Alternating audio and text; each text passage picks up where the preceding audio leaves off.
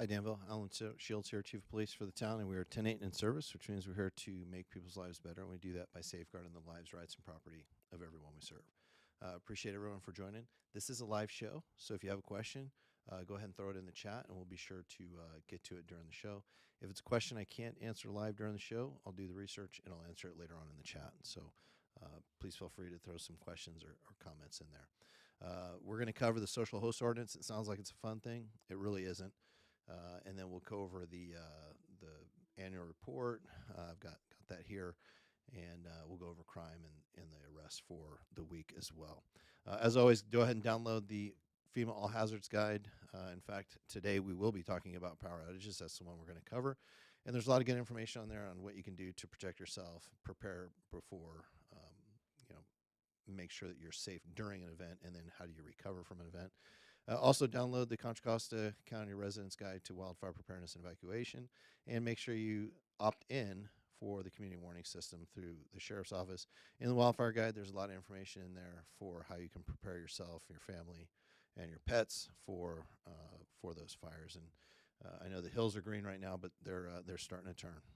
Also, go visit the PG&E website. There's a link down in the description. There's some good tips and information on what you can do to prepare you and your family. And then I think the biggest bonus for the PG&E is if they do have a PSPS, one of those power shutoffs, you will get updated information. If a car hits a pole and knocks it down, you'll get updated information on when power is expected to be restored. I think if I think back to the last 3 that we had at my house, 2 of them were, basically met the expectation, and the third one got extended a couple times, but we were always getting updates, so it was good to get that information. All right, so we're going to move on to the crime. So communitycrimemap.com, that's where you can get information direct from our website. We upload there several times a day. You can also get sexual offender registry information there as well. And then if you want, you can shrink it down to your neighborhood, and then you can request alerts there as well. All right, so traffic collisions, really not bad. 1 property and 1 injury collision. And this was for the entire week. So on the 15th, we had a vehicle that was into a median, and I actually reported on this last week, but because it was kind of during the overlap. So vehicle into the median, that was on Sycamore Valley Road prior to Camino Tasajara. And then on the 17th, we had a report of a non-injury collision that took place the day before, and that was on the 1000 block of Diablo Road. For crime, no violent crime. That's always a plus. That's where we want to be. We want to keep the violent crime low. I think our 2 record years were 2022 and then a year back in the 90s, where we only had 10 total reported Part 1 violent crimes, and that's your homicide, rape, robbery, and aggravated assault. We didn't have any burglaries this week. We had 4 thefts and 1 vehicle theft, and let's take a look at what those look like specifically.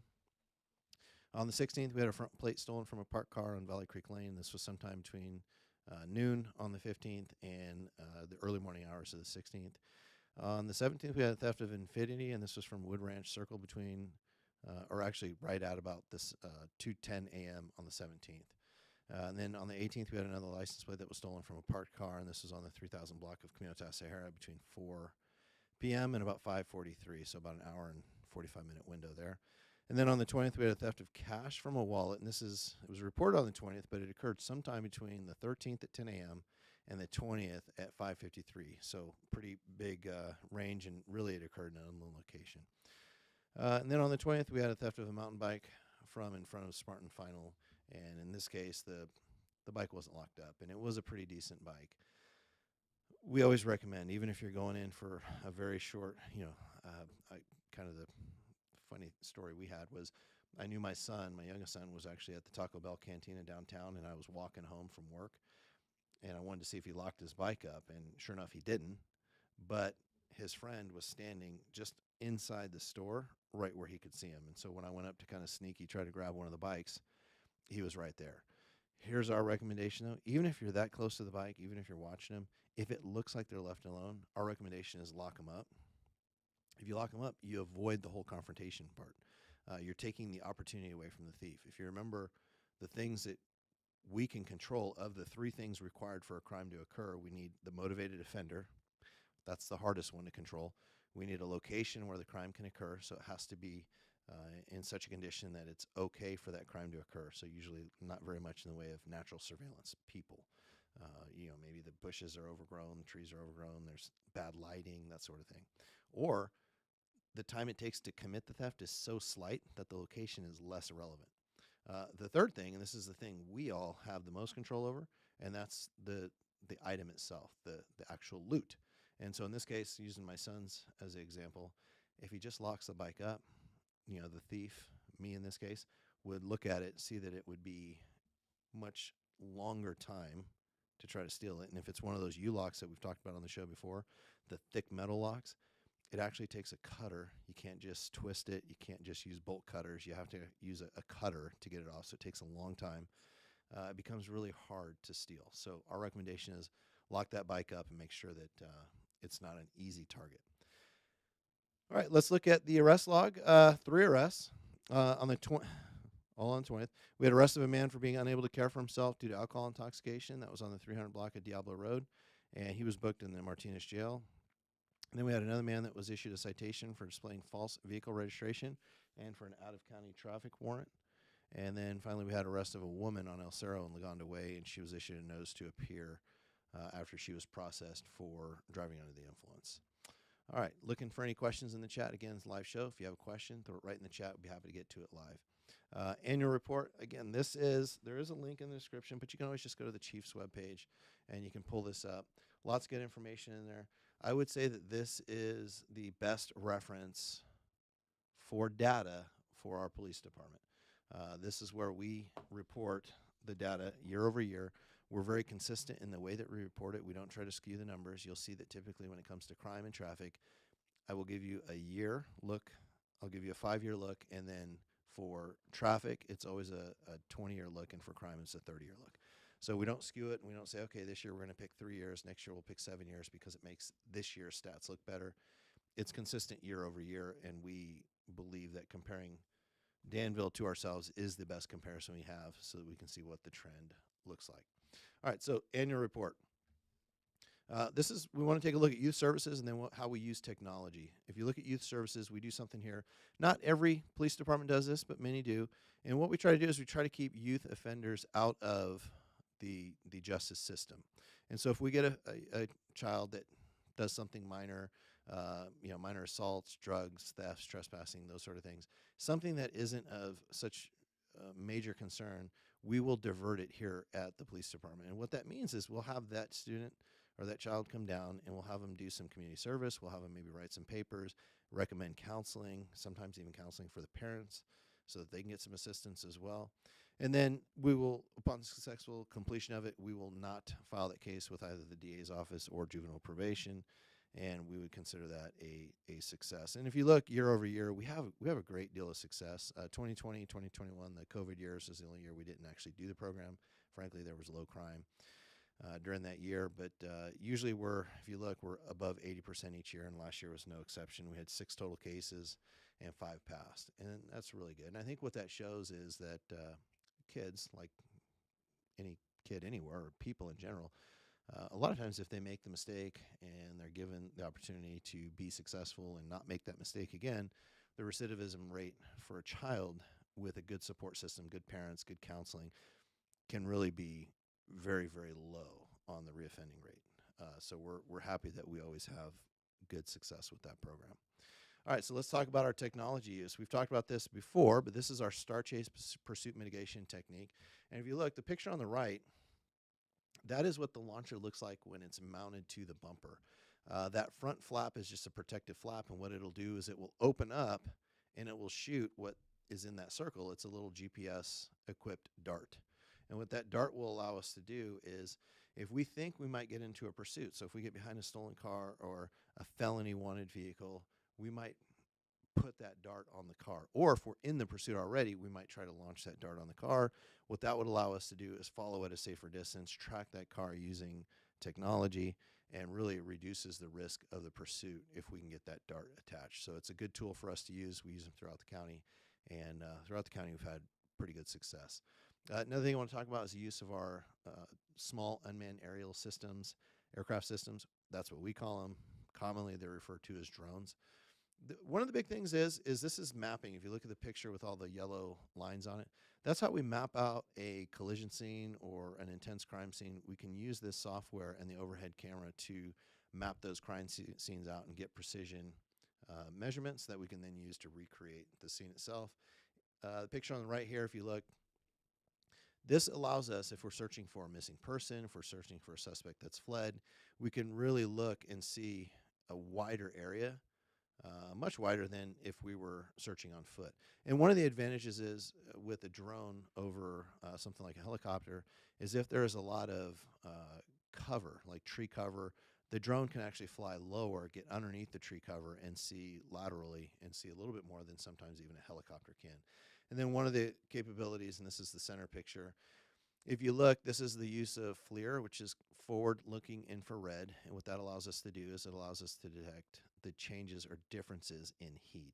And so if you look in the very center, there is a man standing in the grass there, and he's next to a house. And you can see there's some heat that's radiating off the house, but you can see how much brighter that person is in the middle of the field using that FLIR. So if we're looking for someone that maybe just committed a crime, if we're looking for someone maybe that's lost, hiking up in Las Trampas on Diablo, it's a really good tool. 98.6 really has a different view than 60, 70 degrees does. And so it allows us to search a really wide area very, very quickly. We've had great amount of success using that. One of the things we try to do is we try to get the bad guys to steal from us. And we have a program called Take the Bait. And what we do is we have bicycles and packages that we equip with GPS trackers. And the hope is that the bad guys wishing to, those motivated offenders that we talk about, we hope that they'll actually take ours. And if you notice on this bike lock, we actually use more easily to defeat bike locks. We won't see us using a U-lock because no one would ever steal our bike if that was the case. So we have to use a lock that's not quite as good. And the hope is they'll take ours. We'll then track them. It's a system that is monitored through our dispatch as well as our officers. And so they can see this in the field as the theft is occurring, and they can go and arrest the bad guy for doing his bad things. Flock ALPR intersection cameras, and I'll just zoom into the camera itself.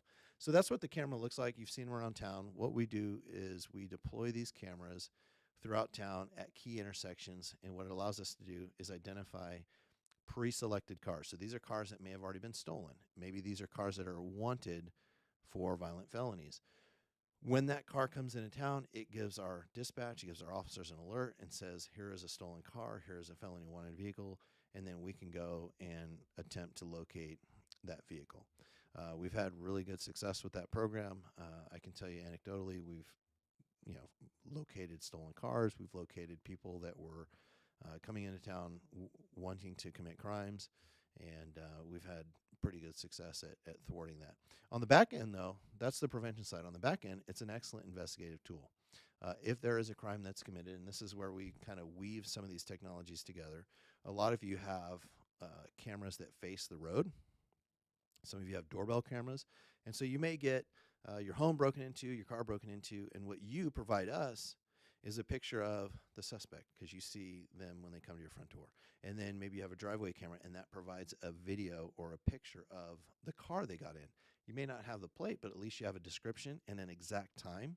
We'll take that data and we'll push it out to our cameras, and we'll see if we can't locate the exact license plate. One of the things you will not see with our cameras, you'll see them around town, but you won't see them facing your home. So there is no expectation that we have cameras that are looking at your house so that if a crime happens, we can recreate it from there. We don't do that. By policy, we don't face cameras towards people's homes. That's not within our fixed camera policy. So we will face them at common intersections and areas like that, but we don't point them towards homes. Let me see. Last bit of technology I want to talk about, and this is something, we've had a fair bit of vandalism over the past couple of weeks with people spray painting our parks, the restrooms at the parks, and one of the things we've used this at times for the ballot box. So we may put a camera up at the ballot box to make sure that someone's not trying to commit crimes or do any fraudulent activity at our ballot boxes, maybe damage things, harass people, those sort of things. In our parks, we'll use it to make sure that our parks aren't being victimized in one way or another, but they're temporary cameras that we can put up. So if we notice a pop-up problem in town and it's appropriate for us to use this camera, and when I say appropriate, I mean we can put the camera in a place where there isn't an expectation of privacy. So in other words, like a public parking lot, park, uh, then, or if we have the permission of the homeowner, because there's an area, and we've done this in some areas where there have been residential burglaries that have occurred.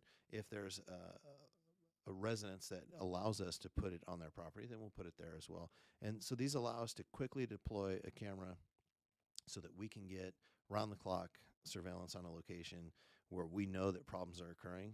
And the hope is that one, it'll deter the problem if they see the camera. Two, if it doesn't deter the problem and it comes back, that we'll have some evidence to go on to attempt to solve that case.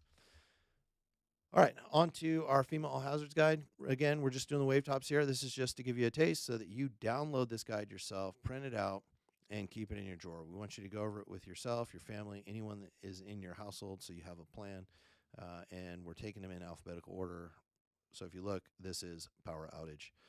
On power outage, there's going to be details on what you can do ahead of time to make sure that you have alternative plans. So if you've got medication or food that you don't want to spoil or that you need, you might want to consider some sort of alternative way of keeping that cool. In my house, we just have a small generator. I know some people have big batteries, some people have big generators, some people rely on a friend or a neighbor. Ours, we just have a little 2,000 watt generator. Power goes out, I go in the backyard, I crank that thing up, and we keep our refrigerator on so we don't have to throw the food out. In addition to that, we've got portable lights and things like that. And so we have gone through these books in my family, or at least I have. And so we've got spare food, we've got spare water, and we've got some supplies that should we need, we can survive in our house for several weeks without having to rely on external sources. The other thing, and we don't mention it too much on the show, but it is to have one of those weather radios, one of those hand crank radios that you can get information. If the cell towers are down, if the internet's down, if the earthquake has hit, that radio is going to be the way we can reach a lot of people over a broad distance, and that's going to be probably one of our more reliable ways of getting information out. All right, finally, we're going to cover the social host ordinance. It sounds like it's something that's really cool. It's not. Social host. So why do we have a social host ordinance? And it's to prevent drinking and substance abuse in our underage population here. It's also to hold those people accountable that host those parties where minors are consuming alcohol or drugs.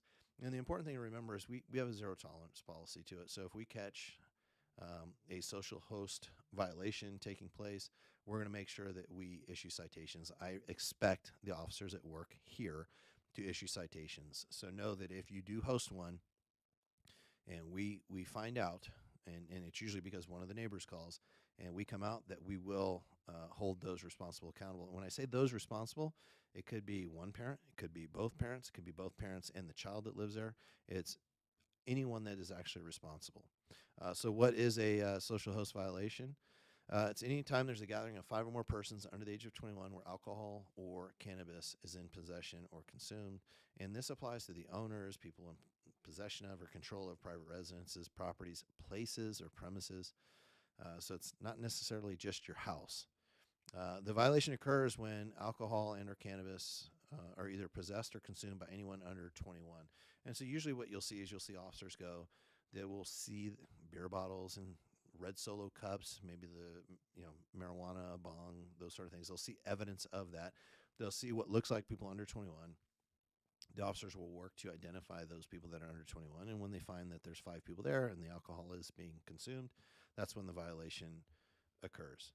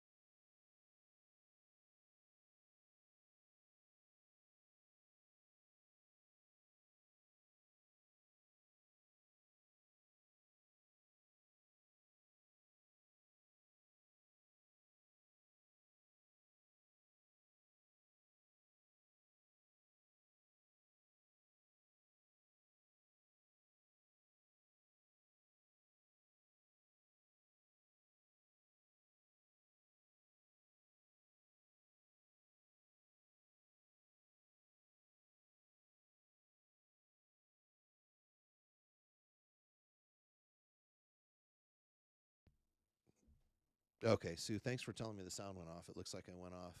I actually was giving Sue a lot of compliments there. I'll save those for later. That's when the sound apparently went off. And I was going to roll into giving Laurel some compliments too. Sorry about that. Okay, so the social host ordinance. Just be aware that there is a fine for adults. The fine is $1,000. For minors, it's entry into our juvenile diversion program, or we send you over to juvenile probation if it's a repeated offense or if it's an egregious offense. Our recommendation is please don't try to come up with your own standard of it's okay. I think it's going to be acceptable if I host just some kids. I'd rather have them drinking at my house than out. The issue is going to be that you're not going to understand or know and can't possibly know the standard of care that other parents will have. I know that most parents, when they send their son or daughter to a home and they ask, are there parents there? It's usually the assumption that if parents are there, that they are responsible parents. In other words, they're not having a party where alcohol and cannabis is being served. So our recommendation is please do not do this. Know that the Danville Police Department will take it serious. Know that I have an expectation that officers that respond to this will investigate.